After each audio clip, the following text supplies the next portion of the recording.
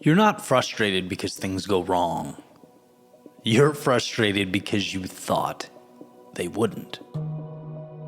And that expectation is where things start to unravel. Because most of the time, nothing necessarily catastrophic happens. Right? Your day doesn't fall apart, your life doesn't collapse, things just don't go the way we pictured. Traffic slows. Someone interrupts you, a conversation shifts, the plan changes, right? Fill in the blank, A, B, C, and D. And suddenly, your state changes with it. Again, it doesn't even have to be operating in the extremes. The situation isn't wildly chaotic, it's just different than what you expected. That creates a lot of tension in our lives, whether we realize it or not. There's a pretty cool story or anecdote that I feel like exemplifies this idea, right? A long time ago, Epictetus said something simple. He said, if you're going to the public baths, remind yourself what happens there. People are gonna splash, they bump into you, they're loud, they're careless. So before you go, simply tell yourself, today I will encounter noise, chaos, and inconsiderate people. Then he said, if you do that, you won't be upset when it happens. And that's it. That's the idea. That's the lesson. No complicated philosophy, just accuracy. The problem isn't the chaos. The problem is walking into the chaos expecting control. See, most people move through life like it's supposed to cooperate with them. And hey, I am just as guilty of this as everyone else. It's a very easy trap to fall into, right? We expect things to go smoothly, people to act rationally, that's a big one, situations to unfold predictably. And when they don't, we react. Boom, frustration, stress, anger. But here's the shift. Right? Nothing actually went wrong. Reality just doesn't match the version of it you've created in your head. You walked into, as Epictetus said, the bath expecting silence. Then you got upset when it was loud, right? So now zoom out. Because obviously this isn't about Epictetus and his bathhouses, right? This is about how you move through your entire life. You go into conversations expecting agreement. You go into relationships expecting consistency. You go into, your day expecting flow. And when reality does what reality does, you feel thrown off. The issue is not reality, right? The issue is the gap between reality and what you expected. That's where the frustration lives. I had a friend reach out recently and said, he's got a podcast, right? It's relatively new, and he said he was sharing some wins with friends and was just disappointed by their lack of excitement and encouragement. And it's like the perfect example of this, the gap between how you wish reality was and how it is. It's not personal, right? No one's praying for your downfall if they're healthy in the head. People they're caught up in their own lives, doing their own thing. And it's like when you understand that, it sort of just releases that whole line of thinking. It's like a breath of fresh air. Everyone's just doing them. No one cares, good, bad, or indifferent. I remember linking with someone on the East Coast not too long ago. And this person has a pretty big platform. And I'll never forget it. Like it took up a lot of mental real estate in my head. It was a guest on her podcast, and she says, I listened to you every time I went on stage with some of the biggest names in the industry, and you were like my best kept secret. I didn't want anyone to know about you. And I thought, why would you want to suppress something that you thought was valuable? Not to mention selfishly, just pragmatically, I'm thinking, man, when you're growing, back then I could have used that love and support or a shout out. And I sat with it. It bothered me. And then I thought, again, what's the reality versus my expectation? The reality is, it's not personal.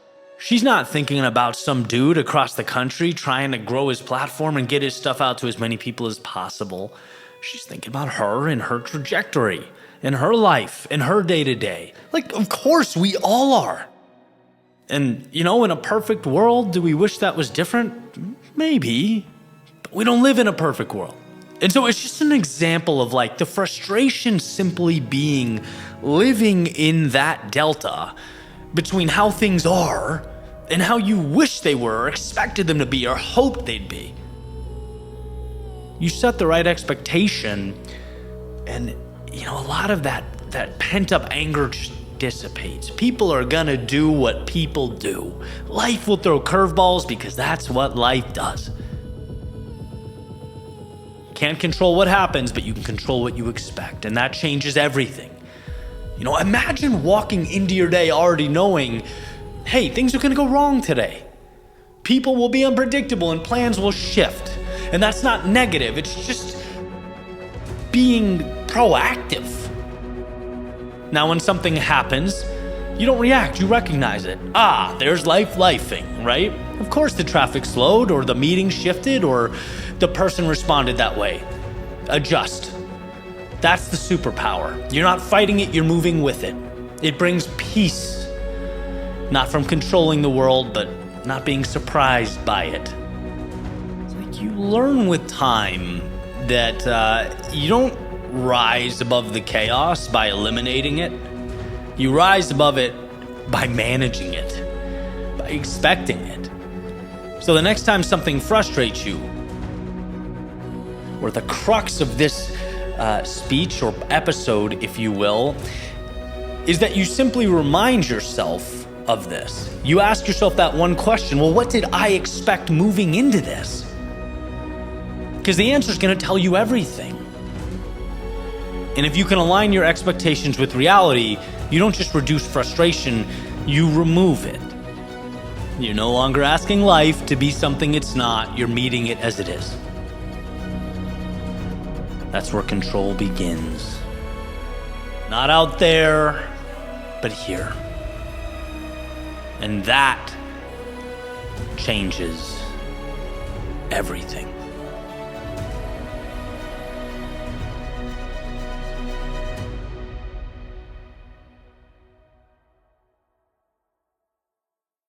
What's up, guys? Eddie here. And before we jump into the next chapter, just a quick note.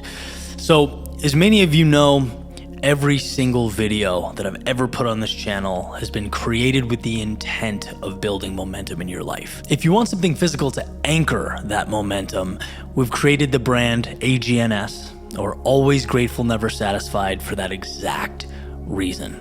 Athletic apparel that embodies the very ideas and concepts I talk about every day.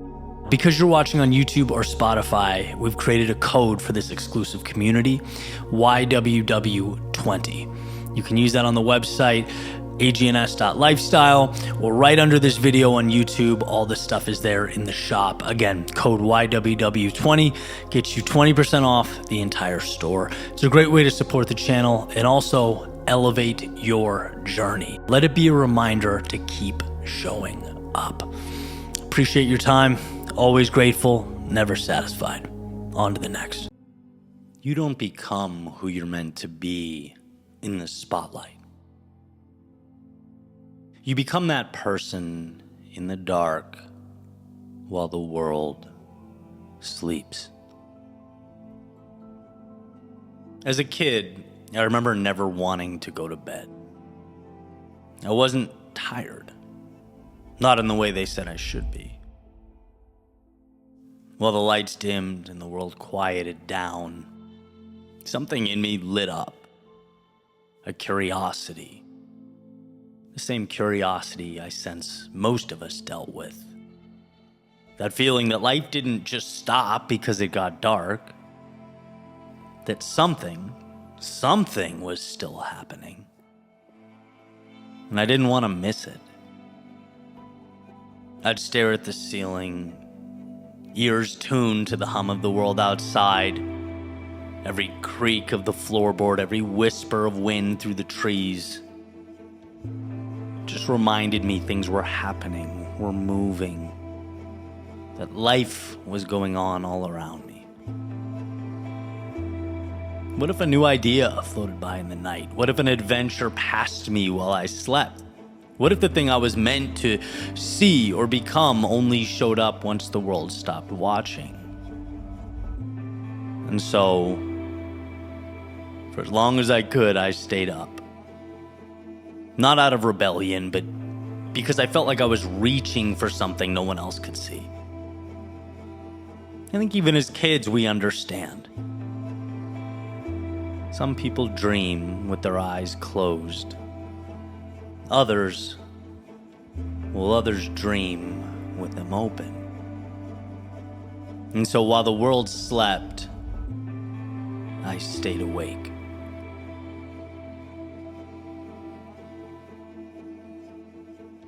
But then some time passes. We grow up. Somewhere along the way, the magic they told you to chase becomes the very thing they urge you to forget. You trade wonder for a resume. You forfeit imagination for a schedule. You're taught that fitting in is wisdom.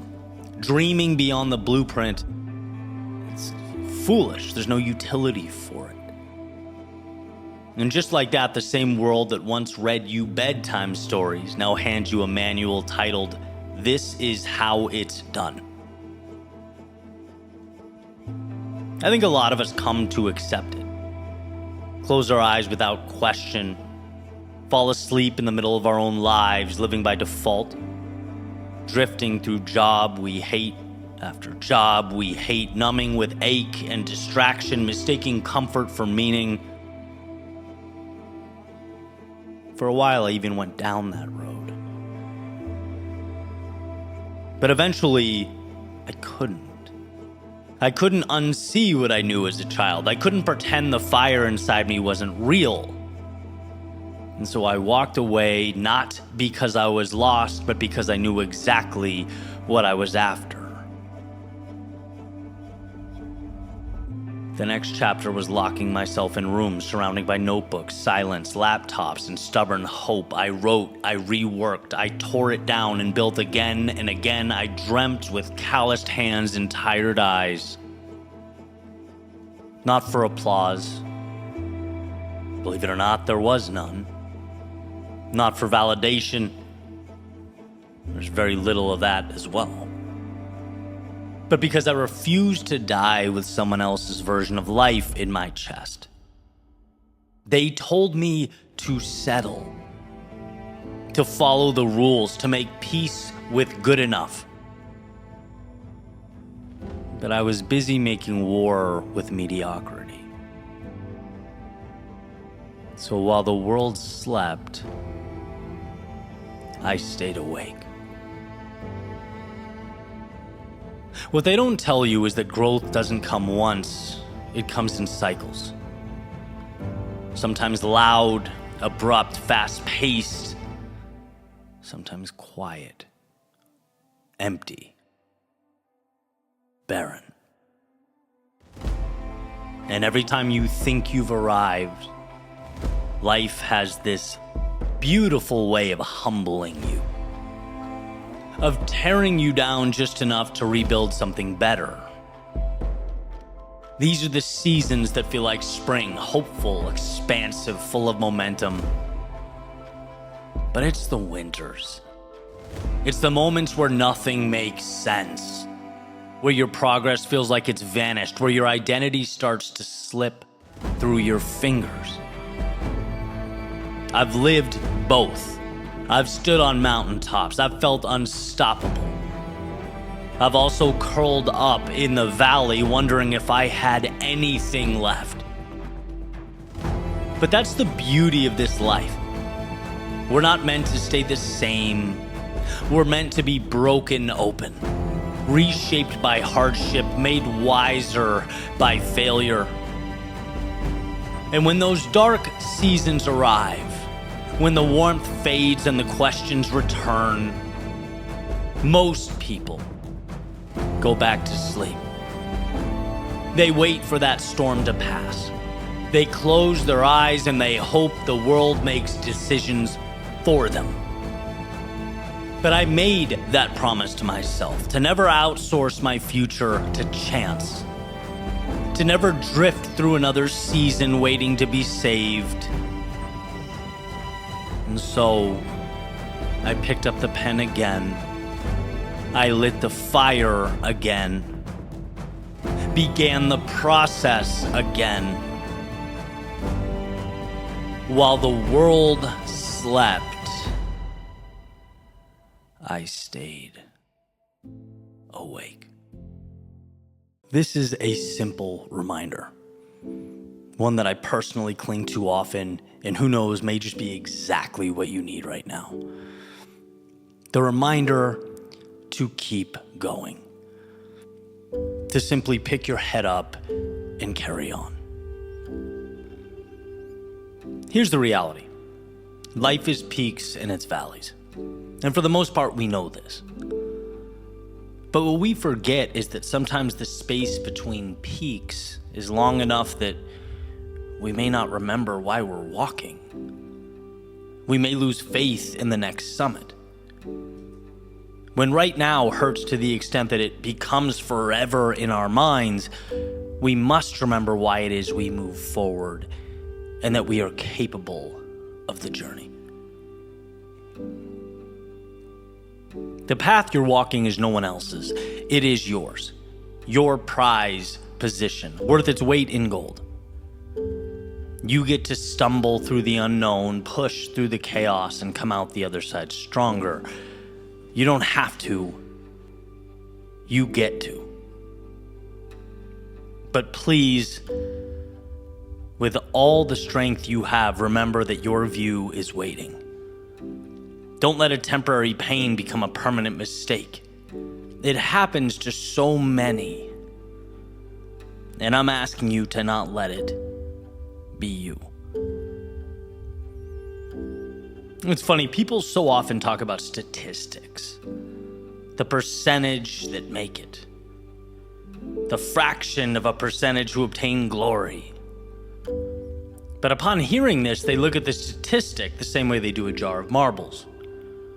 Okay, 1 red, 99 blue. Therefore, my chances of getting a red are 1%. And while life is jam-packed with variables and unfortunately void of guarantees, these things are not the same. Life is not a jar of marbles. If 1% of the population can compete in an Ironman, this isn't because of chance. It's because that 1%, A, deemed themselves worthy, B, changed their lifestyle accordingly, C, found time to get the workouts in, D, continued through the hurt, the pain, the body breaking down, E, invested in recovery, and you get the idea. With all those checkpoints, what's the likelihood that the average person would hit one of them and decide, you know what, I don't want this enough? It's incredibly high. And that's why few people do incredible things, but that's not reflective of a scratch-off lottery ticket. That's a mere question of how bad one wants it. So perhaps the framing for things like this should change from only 1% can do X to only 1% was willing to do what it took to get there. There is a tremendous difference. Which brings me back to the path you're walking, the discomfort you're in, the pain you're feeling, the anxiety of elapsed time void a result or recognition. See, there's a time when being screamed at to simply shut up and keep going is valuable. And I'm telling you, there are days when I need that. Just go. Perfect. But this is a little different. I want to give you here a perspective shift you can keep in your back pocket for the rest of your life. When you feel you're at a breaking point, when you want to give up, I want you to say to yourself, someone else was once at this point. Others are at this point now. And most, because of this discomfort that I'm feeling in this moment, would turn around. In fact, most will turn around. So what type of statistic do I want to be? See, pain is not a punishment, it's a filter. It separates those who want it from those who merely enjoyed the idea of it. I believe it was Robin Sharma who said, if you want what only the 5% have, you need to be willing to do what only the 5% are willing to do. It's like, think of everything in life as a series of trade-offs. If you want comfort now, listen, who am I to say you're wrong? You do you. But I want you to understand the repercussions. I want to make it clear, comfort doesn't become greatness. So when choosing your comfort now, you're forfeiting excellence and all the things associated with it. You are settling into that 99% category. Not because of luck, but because of a decision you made. On the other hand, if you can forego comfort now, you put yourself in position to delay that gratification and live a life so spectacular down the road that it's beyond comprehension. When it hurts, it is life placing you at a checkpoint. When you're so unsure about what's next that your visceral reaction is fear, that's the world placing before you an opportunity to obtain that which you've never had. Reframe difficulty. It is the price associated with the best things life has to offer. That's all. And listen, when I say I've wandered through the desert between those peaks of victory, I'm not exaggerating. Stretches of years. And I'm a pretty practical person, right? My lizard brain often cries out, enough is enough. There are easier ways. This is pointless, useless, all in vain. But I think of that fork in the road, the aforementioned scenario. Others have stood right here, are standing right here, and will stand right here until the end of time. Right at this spot. And this spot has killed so many dreams. This spot has stopped so many people who wanted it. Maybe even wanted it badly. But not badly enough. And now, as I stand here, I am going to be one of the few who choose differently. Not because I'm special, but because I can. Because I'm capable of deciding it so. And so are you. So I'll leave you with this. When it hurts, do not run. Don't misinterpret the situation as the universe striking you down. Don't see the pain as a stop sign. See it for what it truly is. The chance to live a life beyond your wildest imagination. A gift. An opportunity. The reason that you will ultimately stand amongst the 1% who decided, you know what, I can't see the future. I can't see around this corner, but today, here, now, I will push through. This symphony of struggle. Sounds negative, doesn't it? I mean, even a little struggle seems unfortunate, let alone an entire symphony. That is, until you pull back the curtain. Because what we're deconstructing is a beautiful orchestral musical composition, where the entirety of the result is more than the sum of its parts. Each note is emergent. Each piece dissipates into something greater, like drops of rain falling into the ocean. It comes down to this. The pain, the difficult moments, they are not an obstacle in the way of the thing. No, they comprise the thing. Hard to see, hard to understand, The same way, someone picks up a guitar and plucks one note, it's incredibly anticlimactic. There's nothing special. There's no way you're seeing value in a random G sharp. But wait. Connect that to its accompanying notes. Allow it to play its part in an overall theme, and we have beauty. It transforms into a power so magnificent it can bring any man to their knees. I grew up in a military household. Father's side of the family was Army, mother's side was Navy.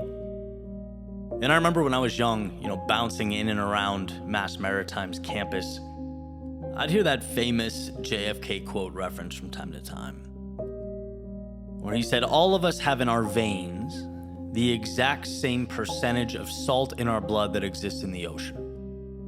And therefore, we have salt in our blood, in our sweat, in our tears. We are tied to the ocean. And when we go back to the sea, whether it is to sail or to watch it, we're going back from whence we came. And while that ratio is not exactly spot on, the sentiment is received. It's a beautiful message. And this idea, it sparks something within me.